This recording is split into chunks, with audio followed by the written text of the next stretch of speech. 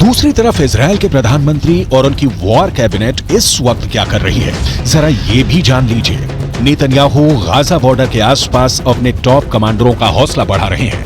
Gaza में घुसकर हमला कर रहे IDF के सैनिकों से मिलकर नेतन्याहू ग्राउंड रिपोर्ट पर जंग के ताजा हालातों को जान रहे हैं। इजरायली सेना ने उत्तरी गाजा, मध्य गाजा और वेस्ट बैंक में कई सीक्रेट ऑपरेशन किए हैं। दावा तो यहाँ तक किया गया है कि जिस तरह से हमास का एयर चीफ, नेवल चीफ और ग्राउंड फोर्सेस चीफ समेत 65 टॉप कमांडर हमास के मारे गए हैं, उनकी मौत के पीछे हमास से जुड़े डबल एजेंट है जिसने इजरायल की IDF को हमास के टॉप कमांडरों की सटीक जानकारी दी है। इसीलिए इजरायल की एयरफोर्स ने पिन पॉइंट से हमास के कमांडरों पर सीधे बम और मिसाइलों से हमला किया है।